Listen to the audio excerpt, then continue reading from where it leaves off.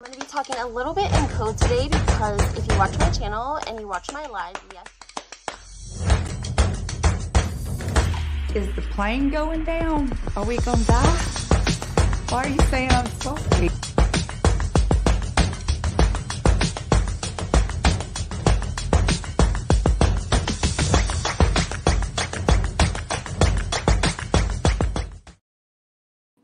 Hi guys, welcome back to my channel. My name is Lindsay, the Housewife Historian, and this is my live today with a recap of what's happened over the weekend. Real Housewives of New York, Real Housewives of New Jersey. I'm getting my lighting together now. Just give me a second. I'm not airing this on my old channel, only on my new Housewives 411 YouTube channel. So make sure that you guys hit that follow button. If you don't know, I was demonetized likely by Marge the Sarge over there in New Jersey in the Garden States. And so I have started a new channel and a new podcast, Housewives 411, to basically chat with you guys. And we have a lot to recap today. So let me get into this. If you guys are here and in the comments, go ahead and say hello, say where you're watching from, and we're gonna get into this. Did anyone happen to watch What Happens Live last night? Is anyone watching the Real Housewives of New York as well? I know we're gonna talk a little bit about Jersey today, and we're gonna talk a little bit. Hey, K Mama. We're gonna talk a little bit about their cast trip that allegedly was canceled. Gonna talk to you guys about that because you know that I've known for a while, but I've had to keep my mouth shut, and you guys know that's hard for me. So I've tried not to even cover the cast trip because it's like when you know something that you're not allowed to know. Well, you're not supposed to know. It's like you have to I'm like, I can't even talk about it because I don't know what I'm allowed to say. I forget. I don't know. So I just don't even talk about it. Hey, Jojo. Okay. Oops. I didn't realize there was stuff in that. Oh, man. I just made a big mess on the floor. All right. Anyway, guys, let's get into this. We're going to be talking Real Housewives of New Jersey, Real Housewives of New York. Let me know if you guys happen to watch the reunion last night. It was very interesting. We're going to talk a little bit about that and a little bit about Andy Cohen. If you guys don't know, last night on Watch What Happens Live, he actually had Luann and Dorinda sitting first and second chair on Watch What Happens Live.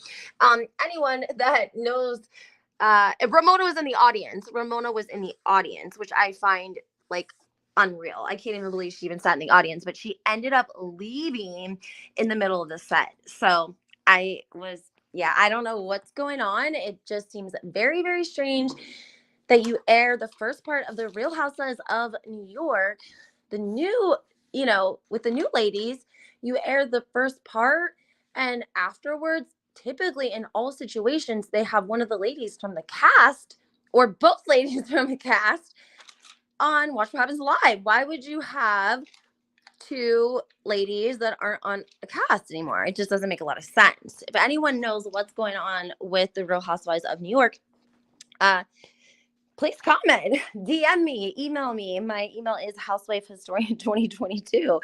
Let me know what is going on because I surely am confused. If you guys don't know a little bit of inside information, I did see Dorinda. She had a cabaret show. Again, strange, out of nowhere. We, hadn't heard anything about her cabarets in a long time. Then boom, all of a sudden she pops up on the map with like 3 cabarets. Okay, cool. Went to the cabaret, and I don't like to give anyone that's like working hard or their business a bad review or a bad opinion or say anything bad, but it was not my favorite Housewives event that I've ever been to. I've been to, a lot of events, and it was not what I thought it was going to be. There was basically zero audience engagement, which was surprising because I thought everything I've seen of her cabarets have always been very, very like, just like having a good time. Everyone's laughing, like you're engaging with the audience. When I went to Teresa's event, Teresa and Melissa Feaster, they were the last people to leave. Okay, that's crazy. They were literally the last people to leave their own event. So that means anyone that stuck around, even if they didn't have a VIP bracelet, was still probably going to get a picture or was going to get some, at least get to meet Teresa. Like, they came to the event. Maybe they didn't buy the VIP. Okay, no worries. And she still stuck around, talked to everyone. And I just think, I just like to bring that up because nobody could find Luann after she was done. In fact, there was like a couple of girls that were friends with, again, they had added a young girl. Her name is Morgan, and she runs a TikTok account, and I don't know what she was doing, but she got popular. And I was, of course, listening to her conversation to her friends outside of when everything was finished, because she was sort of like the host to Dorinda because of the fact, or not Dorinda, I'm sorry, Luann, because of the fact that it was more of like a Q&A. It wasn't like a cabaret at all. It was a freaking Q&A for like 45 minutes. And then there was like a little bit of music, and that was surely it. So the Morgan girl, sorry guys, cracking my cherry cola. I'm gonna get my lighting together right now so we can see each other. I know it's better when we can talk face to face.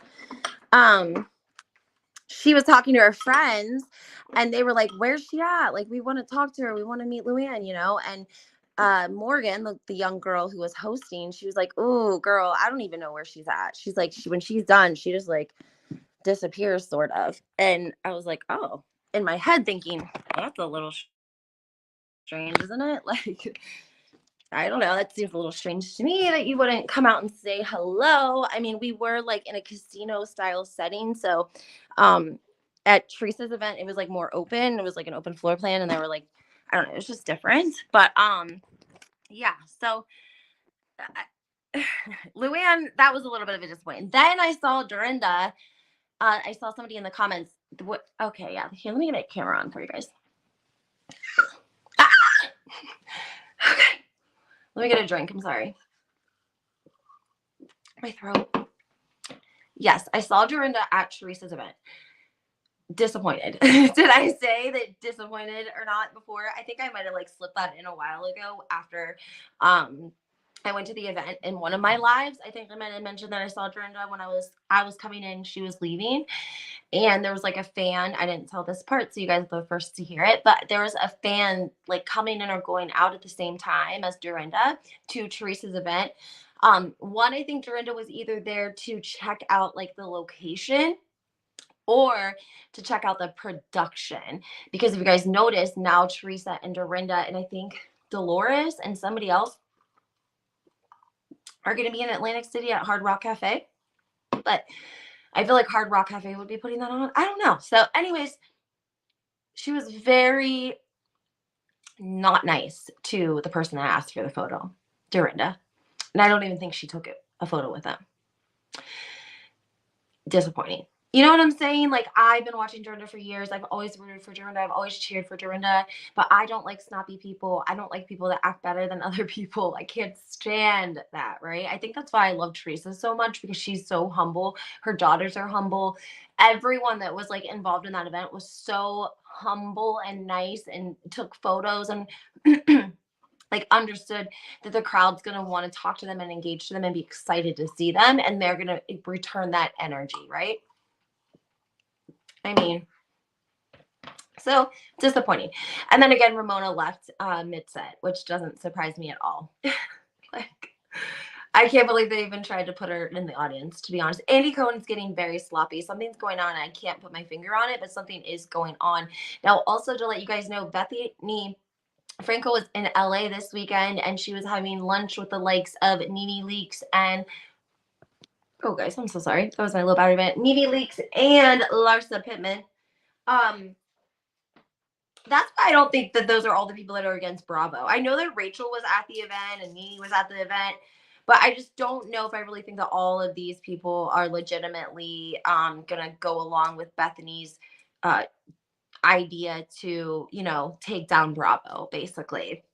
But Larsa was there, and Bethany posted a photo with her and Nene Leakes, and Larsa's eyes are closed. And I'm like, I can't stand those people that you take a photo with them and it's like on their phone and they edit themselves to look like so beautiful and amazing and perfect, and they post it and you look like shit.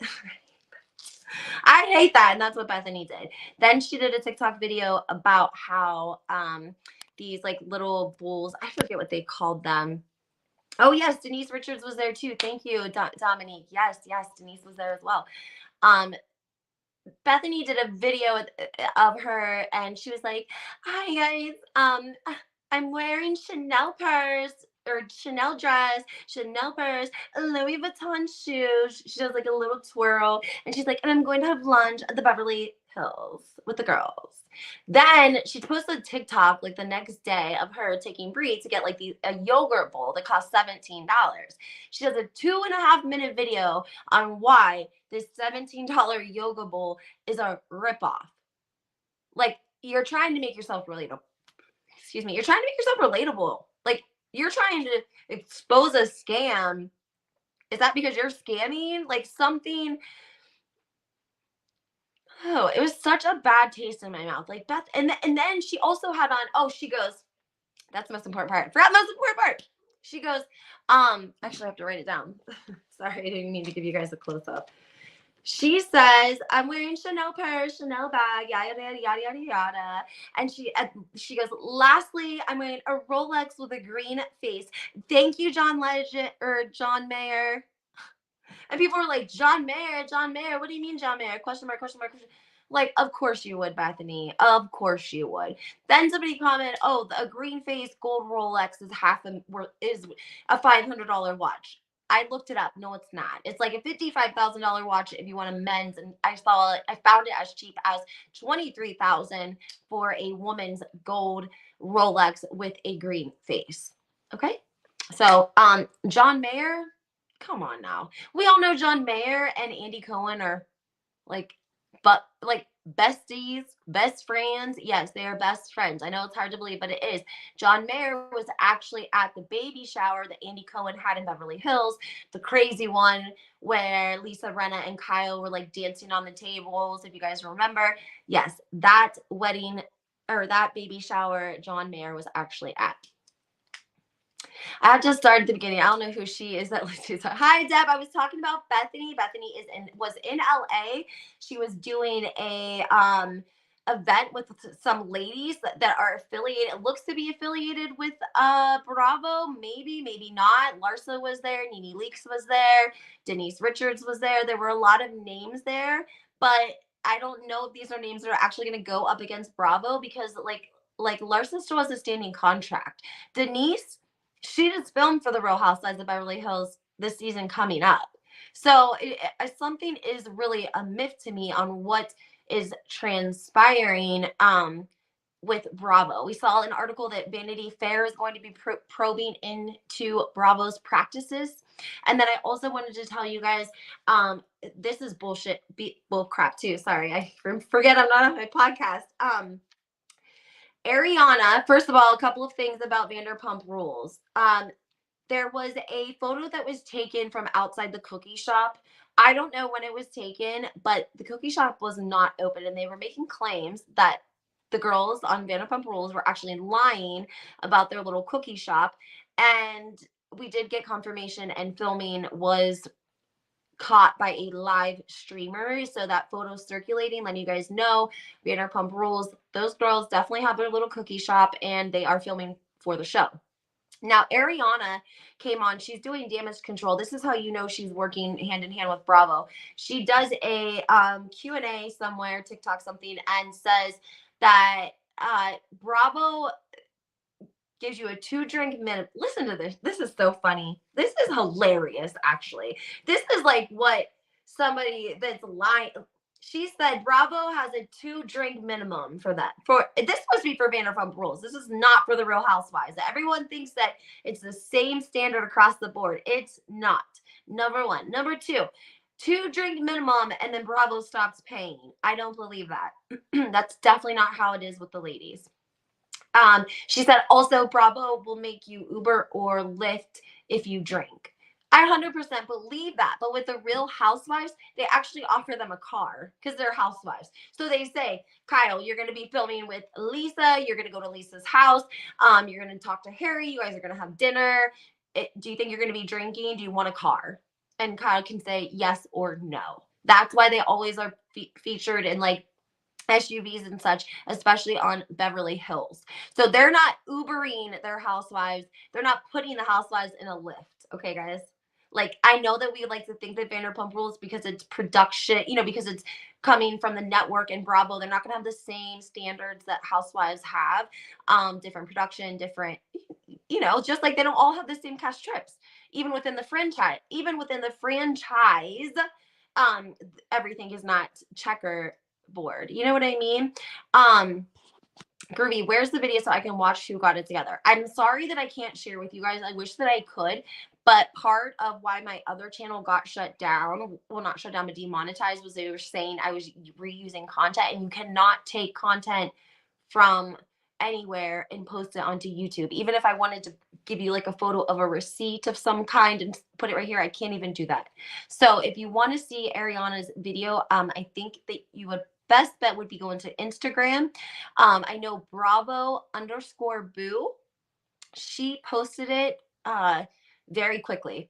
I think when it first came out. So I definitely know that it's circulating on Instagram, and it was a pretty big post, and you probably won't have a hard time finding it. Groovy, if you go to my page, go under my follower, who I follow Bravo_Boo. You can click on her name and go from there. She posts a lot of great content, and I've had the pleasure of, you know, corresponding with her over the last year, and I enjoy her. So also, I want to talk about the Real Housewives of New Jersey before we wrap anything up here. I didn't want to get into New York too much because I know that you guys really want to hear about some New Jersey tea. I don't think we're getting a cash trip. I don't know what production is going to do, but they were supposed to take a trip. It was supposed to be the ladies, allegedly, to, I can never say it, to the Berkshires. It's like upstate New York, I think. I think it's like where Dorinda's at. Isn't Dorinda in the Berkshires? Right? Okay. That's where they were supposed to go. I'm not gonna get too specific because again, I'm not sure what's has been, you know, released and what hasn't, but there was a uncontrollable natural occurrence that happened that derailed the trip because of the location and where the ladies were going to be staying.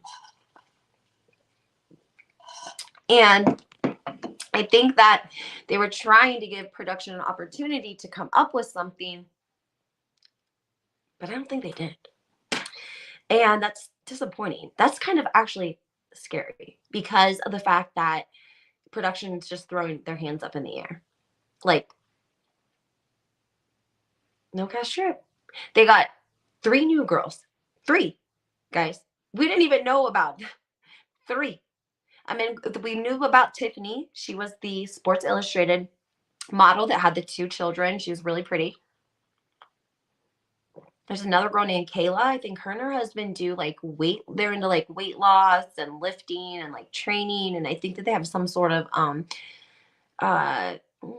like food business, like meal prepping, something along those lines. So it's like you're bringing in 3 new girls on top of Rachel and Nate. And now also I wanted to bring up something. When I listened to Kim D and Dana, shout out to them guys. They did an awesome live podcast. I think they dropped it a couple of days ago. They mentioned the Margaret Josephs and the reality blurb incident with the DMs that Margaret had sent me that were posted. And I've talked to you guys about that before. I'm going to do another video, but shout out to Dana and Kim D for Kim D relayed exactly what I told her about the situation, which was that a long, long, long time ago when I found myself in the situation with Melissa and the information that she had posted allegedly about me, Kim, it was in response to a video that I had posted about NB marking up items from Amazon and other I don't even know what you call them. What are they? Vendors? I don't know. Other stores. And so when Kim and I spoke about that, she was like, listen, just take it down. You know, she was like, I don't think, it's right to go after people's businesses. And I was like, you know what, Kim, you're right. You have a really great point there, and I agree with you. And so I took the video down, and I don't post about people's businesses. Now, I don't care if other people post about it. Post about whatever you want, but don't come to me. Don't get my channel demonetized, and don't come at me with this, this rhetoric that's disrespectful, ATF. And think that that's cool. It's definitely not cool at all. And there's been bloggers that have spoken about it, some of them that are, very good at keeping it lighthearted, keeping it, respectful to me and respectful to Margaret. And those influencers, those bloggers, those podcasters like David Yontef and Sarah Fraser, like they do a great job of like being unbiased and just telling you guys like what they know or what they've heard or what I've told them. You know what I'm saying? Like different than I don't know. It's just different. So I have respect for all people that work in the Bravo community. I don't like to speak ill on anyone in that sort of way, especially amongst the blocker community, because I feel like we should have like camaraderie and like we should be sticking together and looking out for each other. You know what I'm saying? Because we are sort of independent. We don't have lawyers and attorneys and me too, Groovy. Me too. I mean, that's what's so funny is they threatened to file police reports. Like you saw that in the DMs. I didn't make that up 6 months ago, and I'm certainly cannot be making it up now. So now what does everyone have to say? Because this is the same exact rhetoric that Margaret sent me is the same exact thing that I was getting from MJ or from Melissa and all them. Same exact thing. I'm gonna go file a police report on you. Yada yada yada yada. Yeah, same exact thing from Messy. How does that happen? It must not be an isolated incident. And it's really messed up to go around. Listen, here's the thing, guys. Anyone can file a police report. I can go into my local police station right now and file a police report that I saw Elvis walking down my street. They have to take it. They have to take the report. Is a report a warrant? No. Is a report a charge? No. And if you want to break it down, I can't stand people that call Teresa Giudice a criminal because it's like, you know what? You need to do your research on the Real Housewives of New Jersey because the entire first season, like they were either a criminal as in like, I don't know what your definition is, but been arrested, had mugshots. I mean, we've seen mugshots of Luann, we've seen mugshots of Tinsley, we've seen mugshots of Danielle Staub. Like, give me a break. Miss me on that stuff. Even Jacqueline Laredo was charged when she was hitting that man in the head with her high heel after the Posh Fashion Show. What would be the charge for the police report? Mama, listen. I'm an advocate for women for reintegration. So I advocate for women for second chances every single day. And I see how hard it is for people who are just getting out of jail or rehab or are working through children's services for, custody issues. I deal with it every single day. So when I see people dripping with privilege, getting online, dripping with privilege, telling people they're gonna use and abuse their local police station police department. They're gonna use and abuse the tax dollars to go in and file bogus police reports because they don't like what's being posted on the internet. Like Andy Cohen, get your people, get your girls, get your daughters, I don't know, but get them. Because this shit is out of control. That's like completely unacceptable. I don't think people understand the like you guys do, but the like weight of telling someone that you're gonna have them charged with, I think she said like interference of a business. Like, ma'am, could you please cite the code for that? Can you please cite the code of these charges? Now you're a judge and you sign off on warrants. Guys, the process is you file a police report. The police report goes to the detective. The detective does whatever the detective wants to do. If the detective feels like you've broken the law, then he'll take it to a judge and the judge will sign a warrant. No judge is signing a warrant over some Instagram post, Margaret. Get out of here with that, please. And again, I love my bloggers and podcasters like David Yontib and Sarah Fraser and my girl Lisa from NYC Gal Out. They're even starting to attack her. Like, we just recorded like an hour and a half today. And now, when we first started recording, her and I, Lisa, NYC Gal Out, I talked to you guys about her. I do her podcast every Wednesday. We talk about the Real Housewives of New York. I love you, K Mama. You're so sweet, though. I feel like you're just giving me a hug, like, virtually, and I love it. Thank you. I love you. But it's just like I don't get an opportunity always to explain like the kind of women that I deal with daily. And so it's like an insult to them almost too. You know what I'm saying? Like, I've already made it out. I've already, reducing recidivism, check. But like my girls, they need a second chance. And like they don't need to go around and have people, putting them down. But we're talking Real Housewives of New Jersey. I lost my train of thought. Oh, the housewives are out of control. Andy Cohen, come get your people. Throwing around that you're going to be able to, that you're filing police reports is, like I said, that's serious to go around. Like, do you think that, lady? Like, is there something going on with her? Literally, like, I literally was like, maybe there is something medically going on. I don't know. Because these seem very, like, out there. Either you think I'm an effing idiot. Like I said, I did 3 years in prison, honey. Okay? I had to play ball with Melissa and Joe because they had my address and my phone number posted, right? I have a kid. I'm going to do whatever I got to do. And if that means believe their bogus bullshit about a police, then okay, yes, ma'am. Like, I wanted my stuff. I didn't, want my stuff being posted and like geared towards a community of people that hate, bloggers and hate Teresa, because that's basically what they were doing. They were marketing it towards people that hate tree huggers. And tree huggers love everyone, like literally, right? We just want Melissa and Joe's fans to like see the light. I think Margaret's fans are starting to see the light. Again, they're starting to go after my friend Lisa, the one that I do the podcast with. So whenever her and I first started doing the podcast, she wasn't into Bravo. So she wasn't super aware and had been following. And I would tell her about things that would happen. And she would be like, no, girl, I don't know. I think you're thinking too much into that. I don't know.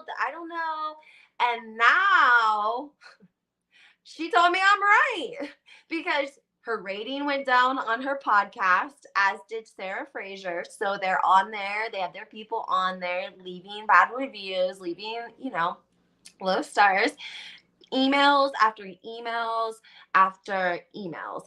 Also, the numbers, just like I said in my other channel, somebody pointed this out to me, that like I'll have 150 people like 130 in my room, okay? 130 watching. And it'll be like, hit the like button, guys, like support my channel, and I'll get like 20 likes. And that means that there's like 70% some haters in there just listening to see what I'm saying so they can report it back to Margaret, report it back to Melissa, report it back to whomever. And that's what they do. So they're literally starting to harass other people now. Like Kim used to call David crazy. And now Sarah's on his show and she's going through it too. And Sarah ain't crazy. And Lisa ain't crazy. So it's actually like, you know what, girls? Yes, keep up your media machines, please. Because the more people that you guys do this to, the more we're just going to keep exposing it. Because it's bullshit. Like, it shows how much Melissa and Margaret have been running the internet and the narrative for years, because they don't want any other narrative to get out. Whenever I always tell this to Melissa's old nose on Twitter, she was on my podcast, I don't know, a couple of weeks ago. She was harassed by Margaret. She couldn't even open up an Instagram account. She literally would open up an Instagram account, have it for a week or two. It would be habitually reported so badly that it would get shut down. Open up a new account. Okay.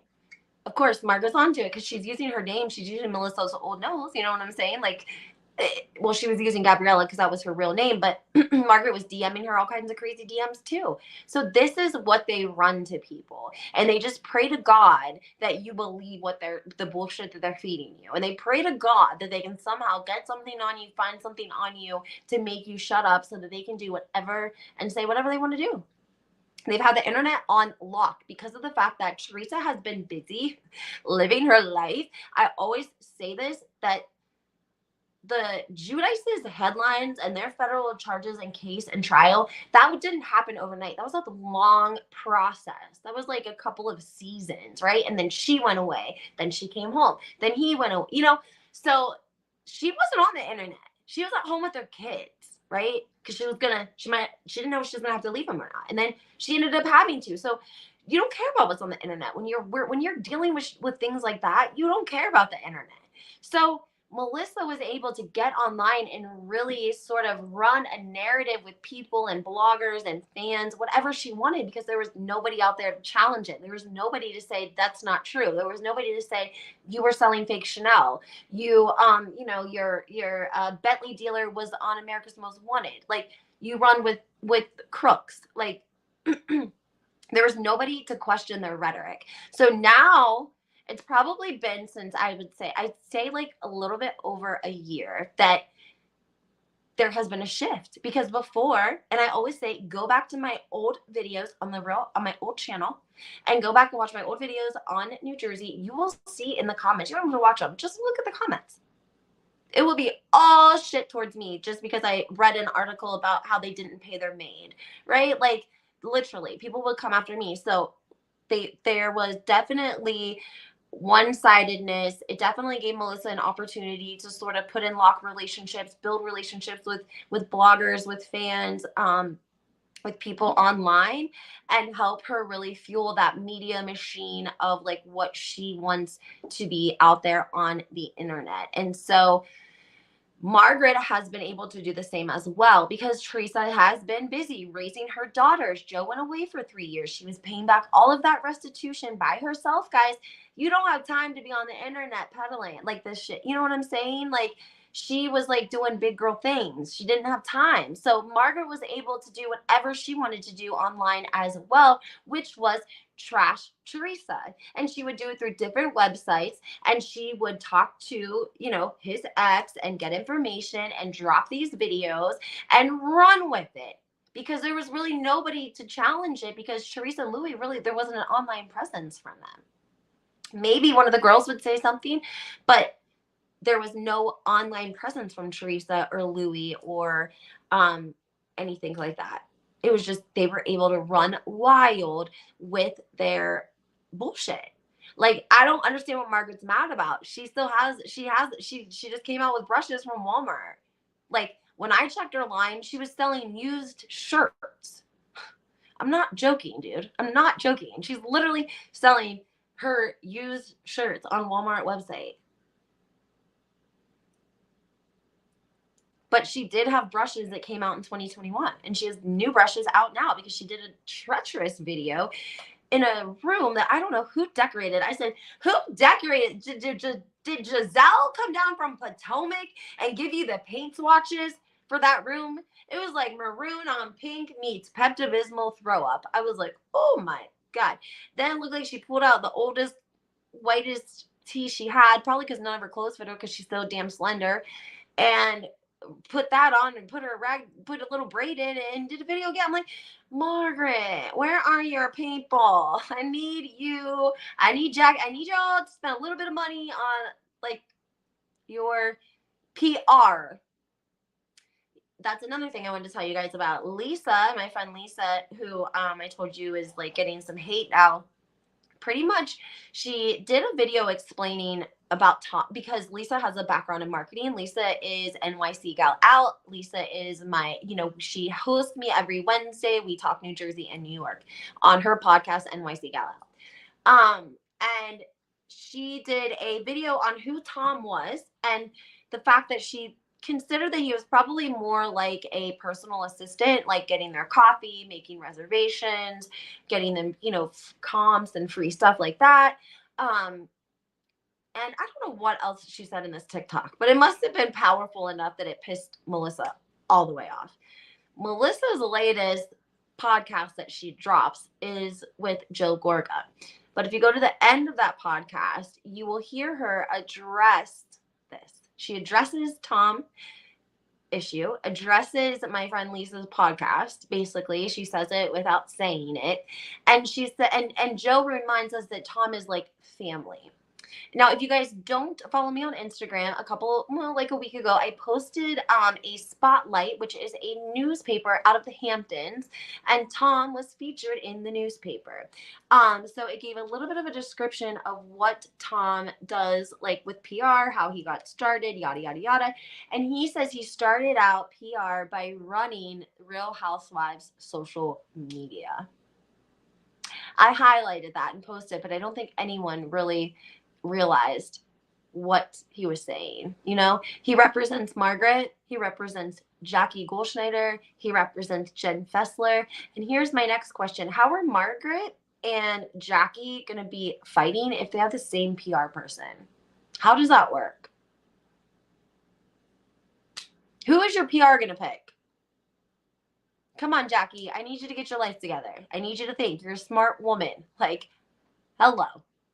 If you really want to stay on, if you really want us to believe that there's some feud between you and Margaret, you need a new PR person. Sorry.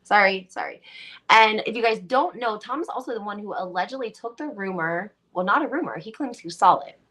Saw Melissa in the back seat with his best friend, childhood best friend, Nick. This was all on the show. Don't come for me. All of this was on the show. People are showing clips about last year's trip to Ireland and how Melissa stayed in the room called Nick's room. He's in entertainment. He's got TV, he's been on TV. He's been on the Real Housewives of New Jersey, for God's sake. Allegedly, Tom is the one that saw her in the SUV, opened up the door and saw them. And then he took it back to Margaret. So can you believe Melissa's surprise when Laura Lee Jensen pops up however many months later, like, ding dong, like, ding dong, and goes to Teresa and Jennifer with this? I don't think she had a clue. I think she didn't have a clue. And I think that Laura Lee went to Jennifer and Teresa privately and quietly. And then I think that Teresa told Louis, and Teresa and Louis made the decision to have Joe over to talk to him about it. And Melissa couldn't make any moves once that happened. Once the rumor was out, once Joe Gorga heard the rumor, he was going to be watching her every single move. Do you guys get that? I wanted to make like really clear that there's no way that Joe Gorga heard that rumor from his sister and brother-in-law and wasn't furious. Please picture a uncameraed, unmiked Joe Gorga getting called for a sit down to Teresa's house. And they say Melissa was in the back seat with Nick, and Tom from PR told Margaret. Now, Tom's going to lie to Joe, right? Tom is like family, Joe says. There will never be anyone to replace Tom. Tom is family. He says it in a way that feels peculiar. And Melissa doesn't really say anything. She's just like, oh, yeah, we love Tom. He gets the best cappuccinos. She fired him because she had to wait her time out. Think about if you are scorned. Think about you thinking that a secret is safe. You don't hear anything about it for like a year. All of a sudden it pops back up. And it's your PR person that told your coworker. Okay? You're going to be pissed. But you can't be pissed at your coworker because you got to work with your coworker all the time. And maybe, just maybe, what happened was Margaret already had a heads up that Laura Lee was going to tell Teresa and Jennifer. And so she got Tom together and said, we're going to go to Melissa and say, we're going to help you with damage control. Because Margaret's, she had an affair for a couple of years. I'm not trying to be mean, but you don't have an affair for a couple of years if you're not good at lying. I'm just saying, guys. I think that Tom and Margaret said, we got to we got to get up with Melissa, even though Melissa was going to save face probably regardless. She was probably so pissed that they were like kissing her ass and saying like, listen, this is what we think you should do. And we've already, talked to A, B, and C, and we're going to do, they had a whole formula, a whole plan, because they know that Joe is unhinged when it comes to Melissa and another man. He's unhinged about it. Almost as unhinged as he is when people used to say that she used to dance as a. Go back and watch that scene. Go back and watch that season. If he doesn't have any cameras on him, I can't even imagine, dude.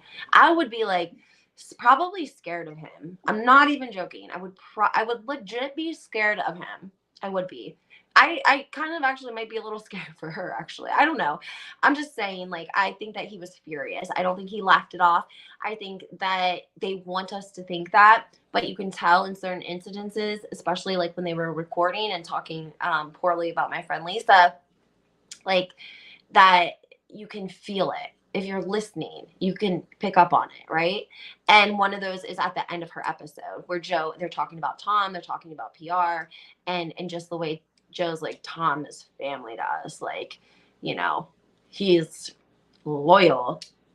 He's probably lying to Joe too. Like, how uncomfortable would that be if you worked for someone that you knew was cheating and you knew who they were cheating with, and you had, I shouldn't say like cheating as if they had a long running affair or something, because we don't know that. And there was never any speculation or evidence of that. There was just the incident in the SUV. And if you guys notice that following season when they film, they talk about the marital problems that they were having prior to COVID. And part of it was Joe saying that he wanted Melissa at home and she was out doing press 2 and 3 nights a week. And he did not like that at all. And he was very upset about it. And there are people posting clips from this. He also, he's in a scene, I think, with Bill Aiden, and he's talking about how fame is evil and you can just really lose yourself in fame. And he's talking about Melissa, his frustration with Melissa and her obsession with fame. And he's basically, if COVID wouldn't have hit, forcing her back into the homestead, I don't know if they'd still be together, to be honest with you guys. I really don't know. I don't know. What do you guys think? Remember when Mel wasn't walking next to him and he had a fit? Thank you. And that was at the Jersey Shore. And that was, I think, this season that they were discussing their marital problems. Everyone forgets that they literally came out and were talking about their marital problems that season. Like, it was that's kind of, it felt actually the most authentic that anything from them has really ever felt. It felt authentic, like it really was a happening, because we saw scenes like this where Joe gets upset because Melissa doesn't wait for him outside the restaurant or something like that. And he gets so mad, he's like pissed off on the Sprinter about it. And you have to remember, Margaret's watching all of this. So Margaret she's probably always going to be like pro-woman, okay? Joe Gorga is allegedly chauvinistic. And people don't always like that. And my bet is that Margaret sees some of Joe's behaviors, and if she really is a friend to Melissa, then maybe some of the things that she's done is simply because she wants to see her friend be happy, and maybe she doesn't think, I don't know. Who knows? People do really crazy things. But yeah, he was like really upset with Melissa for not waiting for him. And he had to fit the whole way home to their house in the Sprinter van and then into the house as well. That's because, guys, Joe's always been like, I don't know what the word is. I think that she has helped to create that, to help create him be like almost codependent on her in a way. You know what I'm saying? Like, in some sick way, I feel like she's manipulated him into having those feelings. Like, I don't know. I always heard that she like gave him, like she would like go to bed with him, but maybe not finish everything, right? And maybe like during the day she would eat a popsicle, but she wouldn't finish it. You know what I'm saying? She would just get it out of the refrigerator, unwrap it, and put it in her mouth a couple times and then stop. You see what I'm saying? So it's like it turned him into like a dog in heat. Literally. That's what it's like. It's like a dog in heat. Because he's always just getting, you know, the popsicle comes out of the freezer, you know, it gets unwrapped, it's ready to go, you know, it's there, and she's just like, no. You guys know what I'm saying. And I think it turned him into like a dog in heat. I don't know. He probably always had like tendencies to be like that, but I just think she's amplified a lot of that. And I think that she is master manipulator. Sorry. If you've ever seen them on the red carpet, he's not allowed to talk. Joji was a dog. Oh, thank you, Groovy. Thank you, Groovy. Thank you. So, okay, it wasn't her fault. She's off the hook. Yay. Melissa's off the hook for that one.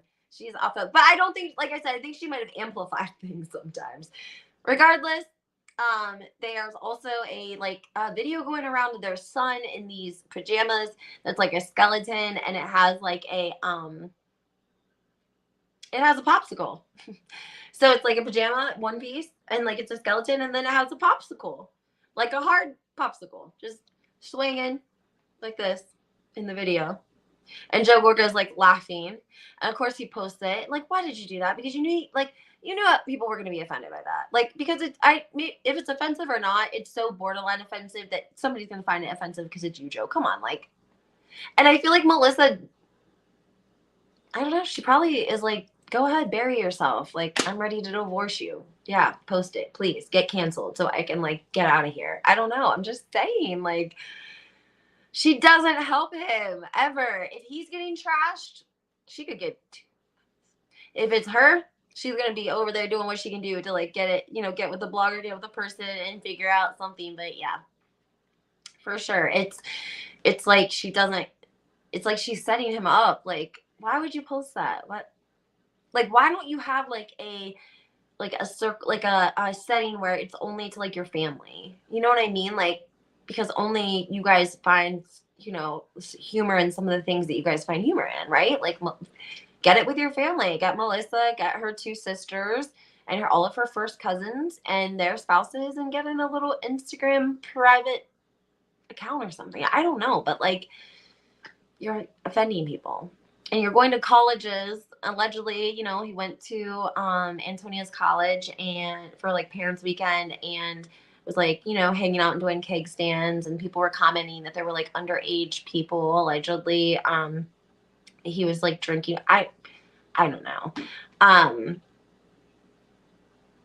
But on the podcast, Melissa said that she thinks Antonia had a really great time. So I don't know. Like, I don't know. Maybe Antonia misses them. She kind of said that Antonia was like calling more. Not sure, guys. But also in other news, the Real Housewives of New Jersey, Giudice, I think is it Adriana, or that is in Detroit? Well, she's like in Michigan. She surprised Adriana and Gia and Melania for the weekend and came home, and she was like at their school waiting for them on Friday. It was really cute video. A lot of people pushing the Giudice girls, encouraging, talking about like a spinoff, talking about that they're the next Kardashians, talking about this Shein ad. I don't know. What do you guys think? K Mama says, I don't think that Jill Gorga got a brain. Me either, girl. Me either. I know it's bad. It's bad. I know it's bad. It's bad in Jersey right now. Also, rumors that someone was like, they're trying to arrange a sit down with Teresa, but Teresa won't do it. Why should she? Don't give me a sit down at the end of the season.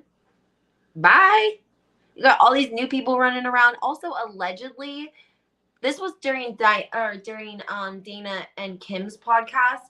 I didn't get to listen to the whole thing, but there was something about Nate Cabral's party, and it was like a party for 2 people. It was like his party and somebody else's party, and they just had like a big party in the cul-de-sac. I noticed that it was like outside pouring into other people's yards. It was like literally a party in the front yard of like a cul-de-sac, but like, with like one front yard has a tent and like the other house is just like a ton of people, like a block party almost, right? And so I don't know what they were insinuating, like insinuating that he like this wasn't real, or like you know what I mean? Like what's happening? Because allegedly he had like a brain tumor and had emergency surgery. And that's why they were celebrating. It was like a celebration of life. So Groovy says, I think all 4 girls won't depend on. I agree with you. I think that the 2 younger girls, Gabriella and Adriana, are much more camera shy. Probably they haven't been. I think Gia and Melania grew up on camera with mics, running around with production. Like they don't have any. No big deal, right? But I think the 2 younger girls, they're still young. They're still in high school, guys. High school is rough. We talk about the fact that, we have Rachel Fuda and her husband making their high school son their storyline about his adoption and his mom, and all this, crazy shit came out about her in prison. And like people were really, I felt bad for the kid. So it's like, I'm sure that at that age, it's very hard anyways. Like you don't need the stress of that on you as a child as well. So I think that in a way, Teresa does try to protect the younger 2 girls, right? She likes them to participate because I think we all love to see them, that, we watch them grow up. But I just think that they're just coming into their own, and that's okay. That's what young ladies do, young men. They're growing up. They're getting older. Like high school is hard. Those years can be tough, and we got to give them a little bit of grace, right? I see a huge difference in the Judice girls and the Gorga kids. The difference, K-Mama, that you're seeing is because of the fact that you have children who Gia took over for Teresa when Teresa went away, and she was momming the kids, and she was, I think, happy to do so because that's very much, she seems so nurturing. If you guys notice, like that's her personality. But it's a good example of like hard times make strong, well-rounded people with like good people. Like hard times make strong people. It doesn't mean your whole life has to be hard. It just means that during this small time, this year and a half, when Teresa was away, they didn't have a mom anymore. So imagine one day mom's home and then the next day she's gone for a year. Okay? That's traumatic in itself. People don't understand the difference between a woman going to prison and leaving her children and a man going to prison. And that's not to be biased by any means. I'm just saying that the emotional relationship or bond between a mom and a child, I think, is a little bit stronger when they're children because the mother carried the child in her womb for 9 months and gave birth. So there's a little bit more of a bond, especially the younger the child. Like they even say that moms and babies' hearts are in sync. Like you can take the baby out of the room and then bring the baby back in, and mom and baby's hearts will sync back up. So definitely a connection. And moms having to leave their kids and go to prison is tough and terrible and traumatic on the mom and the children. So again, imagine one day mom's home and then mom is not home anymore. And imagine dad's mental perspective, knowing that in a year, he's got to go do 3 years and he's going to be deported. How are you going to act that year while your wife's gone? Your wife's gone. Now you've got your 4 daughters you're trying to take care of. You're trying to work, and you're about to go to prison for 3 years and probably never come back to America. That's a lot of heavy shit, okay? And their kids endured it. They did it on camera.